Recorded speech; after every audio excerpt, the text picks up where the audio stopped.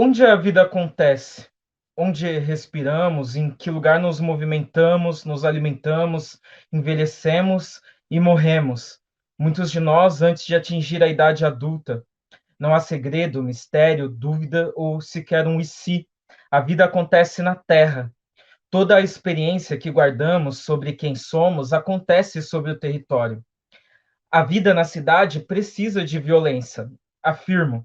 Talvez a defesa desta ideia se afirme com a mesma intensidade que a cidade anseie e necessite do conflito. Ora, podemos nos perguntar, com a mesma intensidade, o que é a cidade? A cidade é um complexo corporativo onde toda a diversidade de relações acontece entre civis, grupos raciais, culturais, de gênero, religiões, de movimentos sociais e coletivos, de classe, etc., associações, sindicatos, empresas. Por último, ela é todos esses elementos juntos em relações muito profundas com o ente que gerencia toda essa dinâmica de disputa por espaço, o Estado. Mas onde está a violência que a cidade precisa? Primeiro, pensemos a cidade, para além das imaginações sociológicas, como um espaço geográfico ocupado demograficamente por esse complexo corporativo de relações entre sociedade civil, corpos jurídicos e Estado. Segundo, e chegando ao ponto, a sociedade civil se organiza em grupos para manter, em certo nível, seja proposital ou involuntariamente, unidade e solidariedade entre os semelhantes, mesmo que de maneira extremamente violenta e impositiva. O que se deseja é preservar através do tempo as memórias de um determinado lugar, povo, comunidade e as suas cosmologias. A cidade é o lugar onde isso acontece, rural ou urbana. E aí, começo com um trecho de um texto que eu estou escrevendo, porque, bom, eu sou de Poá, uma cidade de 17 quilômetros quadrados, a menor cidade do Alto Tietê, região metropolitana da Grande São Paulo. Eu cresci na periferia do Itaim Paulista e na periferia de Poá. As minhas cosmologias, a maneira como o meu corpo registrou a memória do nosso povo, da nossa sociedade, da maneira como o desenvolvimento histórico me diz quem eu sou, traduz a maneira como eu vou lidar, entender e interpretar as relações que o mundo oferece para o meu corpo. E entender quem eu sou através de um processo histórico é olhar para o meu corpo através do espelho do tempo, do espelho da história. E aí, bom, eu faço parte da Uneafra Brasil, organizo um núcleo de educação popular, comunitário e pré-vestibular. E em 2014 passo por esse mesmo núcleo que hoje eu coordeno como estudante. E o que me leva ao núcleo de um cursinho popular para tentar entrar na universidade não era a vontade de estar no ensino superior, mas principalmente a motivação de entender os problemas e as violências que eu sofria no lugar onde eu morava. Em 2012, pela primeira vez, lidando diretamente com a violência policial de maneira incisiva. Tive 4 amigos mortos na frente da casa do meu bisavô, aqui do lado de casa, 8 horas da noite, numa segunda-feira. Eu tinha 15, 14 anos, estava com meu irmão ainda bebê, sozinho em casa, meus pais estavam trabalhando, e meu irmão, é um ano mais velho que eu, estava na rua há 2 minutos com os meninos, e quando ele entra, eles são assassinados. E isso acontece de uma maneira muito, muito abrupta e violenta. E isso marcou a minha vida. E aí, quando eu falo resgato isso, quero dizer que isso marcou a minha vida enquanto intelectual, estudante e militante no movimento negro. Então, quando eu entro na universidade, em 2015, depois de ter passado pelo cursinho de educação popular, eu entro como um estudante universitário, vindo de periferia, entrando por cotas raciais, pensando a universidade como o lugar que precisa ser repensado para lidar, não só lidar, mas também atuar nesses lugares de onde os corpos como o meu e daqueles meninos que foram arrastados sem vida para o camburão, como saco de batata jogado dentro do camburão, para que nossos corpos possam produzir e interpretar nossa história através de um espelho que mostra a nossa imagem. Que a gente precisa colocar uma outra questão nisso. A gente tem cotas raciais, por exemplo. Para mim, as cotas raciais é um parâmetro epistemológico para repensar a ciência.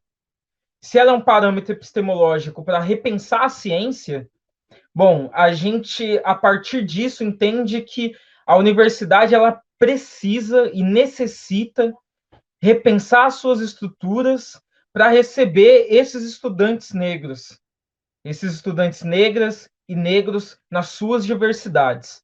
Então, as universidades não estão preparadas para o acolhimento de estudantes negros. Eu fiz Ciências Sociais, que é um curso absolutamente embranquecido. Os referenciais intelectuais, teóricos, são brancos, europeus, e que não dialogaram nem um pouco com tudo que eu já tinha vivido de realidade. Não descrevia quem eu era. E me deixou confuso durante o processo e me adoeceu. Se eu não entendesse e não partisse no momento de interpretar a metodologia científica, a produção científica e a universidade como um espaço passageiro, talvez eu não conseguisse terminar esse processo de formação intelectual, entendendo que ele não falava sobre mim, não dizia sobre meu corpo e sobre as minhas experiências, e que eu precisava produzir essas experiências sobre o meu corpo naquele espaço.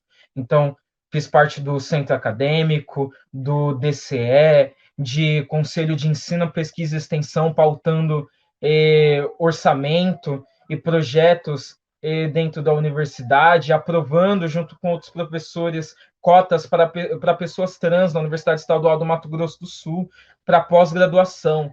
Eu participei e continuei fazendo com que meu corpo fizesse sentido para aquilo que eu entendi que era a minha tarefa enquanto pessoa preta. A visão que todos nós temos sobre os programas de intercâmbio, para além, né, dessas políticas, esses editais de financiamento de internacionalização científica, ela é muito positiva, né? A gente quer que isso exista mais e mais sempre, né? Mas nós também temos a noção de que, caso não se revertam, né, esses cortes de financiamento, de bolsas para pós-graduação, para os editais de internacionalização, enfim, de todos os recursos, né, caso não se restaure o financiamento científico no Brasil e caso principalmente se concretize a reforma administrativa que esse governo e alguns setores da sociedade querem, não adiantará existir nenhum tipo de programa de intercâmbio ou de internacionalização, pois no caso, a reforma administrativa ela acaba com a estabilidade e a renovação da universidade, né, que é fundamental para a ciência, né, é fundamental para as pesquisas. Você, por exemplo, pegar se a gente, enfim, o que a gente vive hoje, a pandemia, né, o coronavírus, que é uma coisa extremamente palpável e todos nós estamos tendo estamos sendo completamente afetados sobre isso. Para você criar uma vacina, a gente está vendo a dificuldade que é, né, com todo o recurso, com toda a mobilização mundial, imagina em situação normal, né? Quanto tempo leva isso? Quantos anos leva para se criar uma vacina? Quantas pessoas entram e saem dos laboratórios? Então, isso depende de dinheiro, depende de recurso, depende de concurso público, depende de bolsa de pesquisa que possa pagar residência, alimentação, né? O cientista hoje no Brasil ele é alguém que vive uma situação de insegurança alimentar, praticamente. Né? E isso a gente está lidando com a ciência do país, do tamanho do Brasil, né? Em que 95% de toda a pesquisa no Brasil vem da universidade pública, né? Da pós-graduação, dos centros de pesquisa, que são, eventualmente, em sua maioria, federais, mas muito estaduais também, eventualmente até municipais. Né? E são centros que precisam de recursos estáveis, constantes, né? E precisam de renovação. Isso são em torno, assim, só para ter uma ideia, são 160 mil pós-graduandos, que são os pesquisadores, né, que fazem 95% dessa ciência, que é aproximadamente 15% de toda a ciência feita no mundo, e essas pessoas, essas 60 mil pessoas, mestrandos e doutorandos, eles recebem entre R$ 1.500 e R$ 2.200, né, que é o valor da bolsa. E essas bolsas também estão completamente defasadas, elas valem hoje metade do que valiam há 20 anos atrás, né? A gente tem um número muito grande de pesquisadores, de cientistas trabalhando de forma quase voluntária, ou então muito instável, tendo que batalhar por projetos e recursos, às vezes de 2, 3 meses, lidando com pesquisas que vão ter um resultado em 3, 4, 5, 10, 20 anos, né? Então é uma coisa bastante instável. E é uma coisa assim, sem bolsa a gente não tem pesquisador, sem pesquisador a gente não tem os laboratórios, né? E os laboratórios são as condições mínimas de trabalho para os cientistas já estabelecidos, né? Geralmente um professor, um cientista estabelecido, ele conta com uma equipe de 10, 5, 10, 15 pesquisadores pós-graduandos e que fazem esse laboratório existir, né? E você não tendo isso, eventualmente, que a gente vai ter é uma fuga em massa de cérebros para os grandes centros, o que eventualmente já vem acontecendo desde 2015 e 2016. Né? E hoje, com essa pandemia, a gente vê a importância de ter as universidades. A gente só está tendo, por exemplo,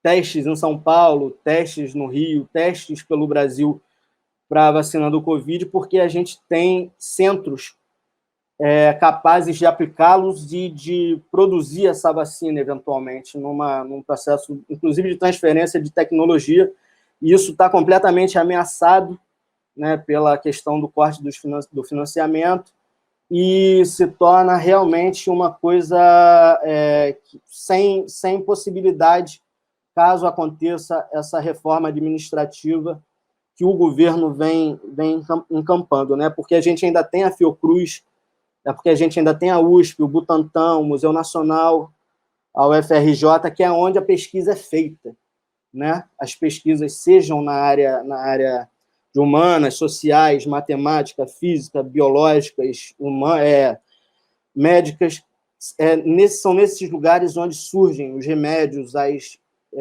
inovações tecnológicas, com muito recurso, com algum recurso privado também, é importante fazer justiça a isso e louvar e sempre mais, e tem que haver isso, mas geralmente com o aporte total público, né? As pesquisas acontecem, elas acontecem em espaço público, que é o lugar, enfim, onde pode acontecer com tempo e porque a pesquisa ela não necessariamente ela dá lucro imediato, né? Ela leva muito tempo até você conseguir ter um resultado, leva muito tempo, tentativa e erro para que você consiga que as coisas funcionem. Enfim, isso é realmente muito bom, mas a gente precisa continuar tendo universidade, ciência e pesquisa no Brasil, né? Então, para que haja internacionalização, intercâmbio e essas coisas, é fundamental que ainda exista a universidade no Brasil, inclusive para que essas pessoas possam ir para fora estudar, né, e eventualmente retornem e tragam as coisas boas para cá, possam dar aula aqui, e a gente continue tendo, fazendo a educação circular e espalhando esse privilégio, né, que é educar-se. Inspiração é legal, mas e aí, qual é o próximo passo? Esse ano eu estava trabalhando nesse projeto no Embaixadores, e aí quando eu estava falando com uma ONG que trabalha com jovens negros no Brasil, eles me disseram assim: Gabriel, eu não sei se eu quero te trazer para dar uma palestra para a gente, porque eu não quero dar falsas esperanças para os meus jovens. Eu não quero que os jovens que fazem parte do meu projeto social, é um projeto de pré-vestibular, se sintam frustrados porque eles não vão conseguir estudar fora. E eu super entendi a perspectiva da pessoa, e a Brás entende, sim, que muitas vezes parece que é impossível, que talvez não existam os sistemas que ajudem esses jovens. Então, por entender isso, que a gente não pode ficar só na inspiração, que a inspiração não é suficiente, a gente também criou programas que capacitem esses jovens. A gente tem um programa chamado de Brasa Pré-Mentoria. Ele é um programa que conecta jovens brasileiros com estudantes que já estão fora do Brasil, então jovens brasileiros que querem estudar fora e esses estudantes que estão fora, para que esse estudante que está fora ajude esse jovem em todo o processo de entender como estudar fora. Como a Ana Maíra mencionou antes, o processo de vestibular para fora do Brasil, ele é bem específico, ele é bem diferente do Brasil, então você pode ficar muito perdido. Isso pode te desmotivar bastante. Existem mentorias caríssimas, que as pessoas pagam muito por isso. E a Brasa entendendo, então, que a gente não pode só inspirar o jovem, mas que a gente precisa capacitar ele, a gente criou uma mentoria gratuita que ajuda esse jovem de 6 meses a 1 ano durante todo o processo de aplicação. A gente acredita, então, que a gente está oferecendo, a partir daí, a base para esse aluno, para que ele realmente se desenvolva e consiga estudar fora, que ele encontre essas oportunidades. E ainda, indo um pouquinho mais além, a gente percebeu também que existem diversos programas, diversos problemas de base. Para estudar fora do Brasil, por exemplo, tem que falar inglês. Eu estudei em escola pública a minha vida quase inteira, desde o ensino fundamental, e eu nunca tive a oportunidade de estudar inglês desde o ensino fundamental. Eu aprendi inglês no meu ensino médio por um projeto específico do programa do governo de Pernambuco. Então, a gente entende que a realidade do jovem brasileiro que estuda em escolas públicas, a gente sabe que provavelmente é onde nós, população de baixa renda, onde nós, jovens negros, vão estar inseridos fortemente, não tem acesso a isso. Então, a gente percebeu que isso é um grande impedimento. Como é que a gente, então, vai ajudar esse jovem que chega no 3º ano sem falar inglês para conseguir estudar fora? E aí, a gente fundou um programa chamado de Brasa Pré-Fundamentos, que pega esses jovens, então, no 2º ano e ajuda esses jovens a se prepararem com 2 anos, então, de preparação, porque os jovens, então, têm tempo, por exemplo, de aprenderem inglês, de realizarem atividades extracurriculares, e aí tentar amenizar um pouco dessas inequalidades aí, de dizer, vamos tentar, então, ajudar esse jovem desde a base. Eu acho que esse foi um dos grandes problemas, assim, em todo o meu processo de tentar estudar fora, de que eu não tinha esse suporte, de que, assim, eu lembro que eu escolhi 11 universidades que eu queria estudar fora, e eu desisti. Pouco antes eu desisti, eu disse, eu não vou mais fazer isso, eu não vou fazer o processo, eu não vou conseguir, não é para mim. E aí eu lembro que alguns dias depois, eu conheci um jovem brasileiro, esse jovem brasileiro me deu muito ânimo, me colocou num grupo que tinha mais de 25 mil jovens, num grupo da Brasa, e aí foi que renasceu em mim esse desejo de estudar fora, e eu percebi, não, é possível sim, vou tentar. E aí consegui. E eu acho que a mentoria tem esse papel fundamental por isso, porque por muitas vezes o jovem brasileiro, o jovem negro acima de tudo, o jovem que vem desse contexto de baixa renda, vai se questionar, esse espaço é para mim? Será que eu posso chegar lá? E aí a nossa mentoria trabalha muito com isso, de realmente acompanhar esse jovem durante todo esse processo e dizer, você consegue. E aí, pensando ainda nesse processo, depois da mentoria, nós temos, falando um pouquinho de números, na verdade, antes de falar de outros programas, nós temos hoje na nossa mentoria 39% dos nossos mentorados são autodeclarados pretos ou pardos e 92% deles vêm de escola pública ou são bolsistas de escola particular. Então, a gente tem realmente tentado, ainda não é o número ideal, a gente quer chegar que esse número passe os 50% para ser mais representativo da população brasileira, mas esse número tem aumentado nos últimos anos. Então, a gente hoje tem 39% dos nossos mentorados sendo pretos ou pardos. E aí, continuando, muitos alunos depois a gente percebeu que passavam para estudar fora, ganhavam uma bolsa das universidades americanas, mas muitas universidades, por exemplo, não pagam as passagens, não pagam os seguros, e aí muitos alunos não iam estudar fora, porque a família não tinha essa condição de dar esse suporte extra.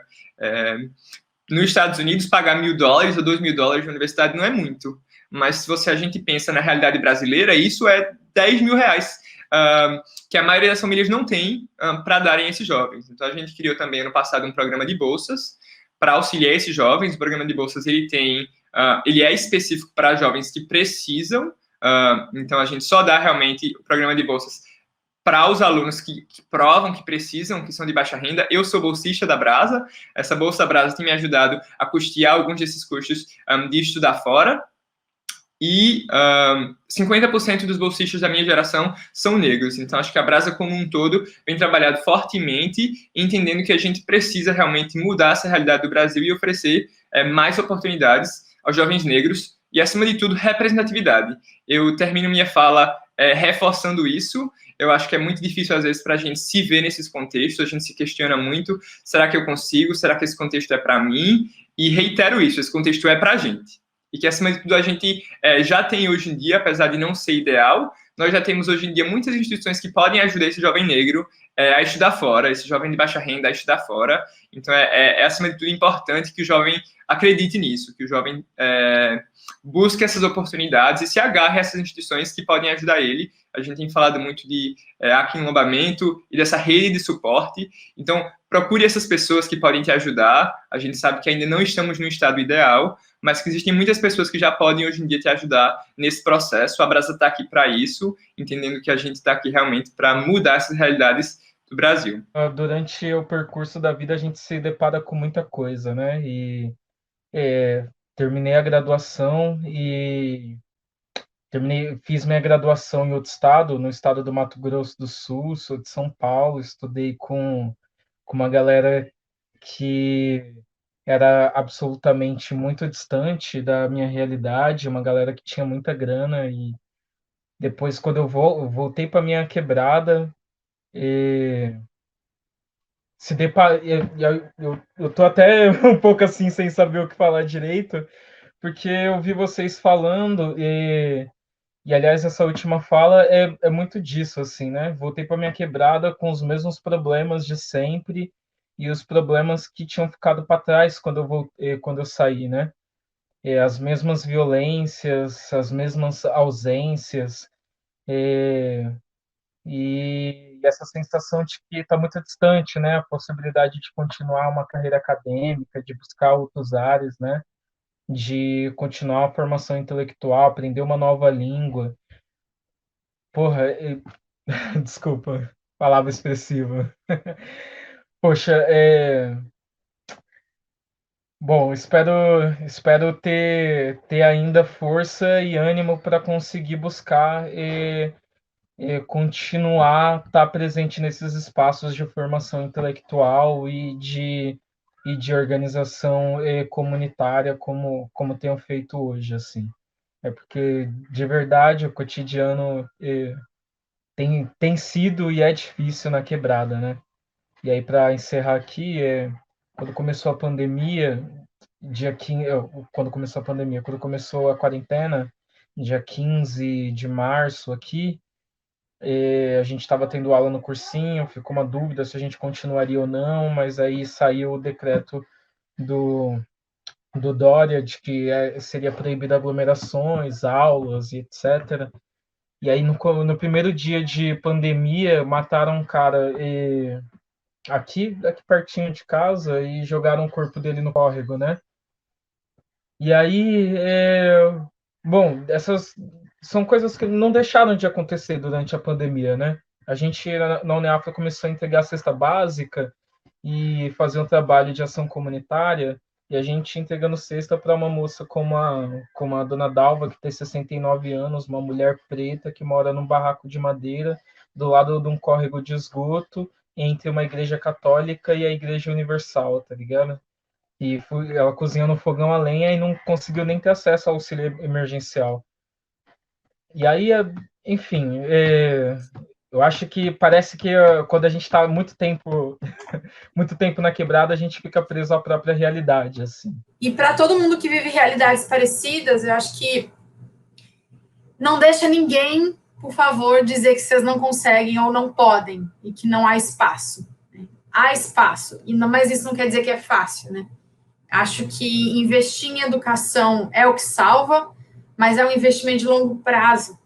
Então, vão ter tantas adversidades, às vezes, no meio do caminho, né? Tanta gente, às vezes, não acreditando em você, jogando contra, que parece que torna mais árduo mesmo, né? Mas é possível. O que eu vi aqui entre nós, no caso, 4, né, participantes, é que o que nos conecta, o ponto comum entre nós é que nós todos fomos, de uma maneira ou de outra, o resultado do investimento público dos últimos 15 anos em educação, né? A Manaíra, se eu não me engano, estudou na UFJF e estudou também em escola pública. Eu estudei em escola pública, fiz ProUni, depois fiz mestrado em universidade pública. O Wellington estudou em escola pública. O Gabriel também acabou de informar que aprendeu inglês numa iniciativa pública. Então, é isso, né? Esse financiamento, quem pode dar essa monta de financiamento da ordem dos bilhões, é o Estado, e a gente só está aqui porque a gente tem essa idade, participou teve a oportunidade de experimentar essa vivência da educação e da formação como um direito, né? Então, assim, para fechar, eu acho que é necessário e urgente que o Brasil repense e tome um rumo completamente oposto do que ele vem tomando nos últimos 5 anos em relação à educação e à ciência, né? E é preciso que a sociedade, aqui eu vou jogar também para o mercado, eventualmente, se tiver alguém assistindo isso, né? É importante que os empresários, os executivos que agora estão atentos à questão racial nas suas empresas estejam atentos à questão da ciência, né, no Brasil, para que a gente possa voltar ano que vem à atividade, para que, caso a gente tenha algum outro problema, a gente tenha capacidade para resolver, né? E, para finalizar, enfim, falei do mercado, vou ter que falar também do judiciário, né, lembrando aqui do Ministério Público do Trabalho, porque é preciso que o mercado e o judiciário também, enfim, toda a sociedade esteja atenta ao trabalho do cientista, né, do pesquisador, do professor universitário, do professor básico, né, em especial do cientista negro, do profissional negro, né, que valorizem essa carreira e, principalmente, usando esse compromisso antirracista que está surgindo agora, né, que financiem centros de pesquisa, financiem programas, financiem iniciativas que levam a sério, pesquisas que levem a sério o racismo e que busquem o seu fim, né, que visem uma sociedade realmente mais democrática.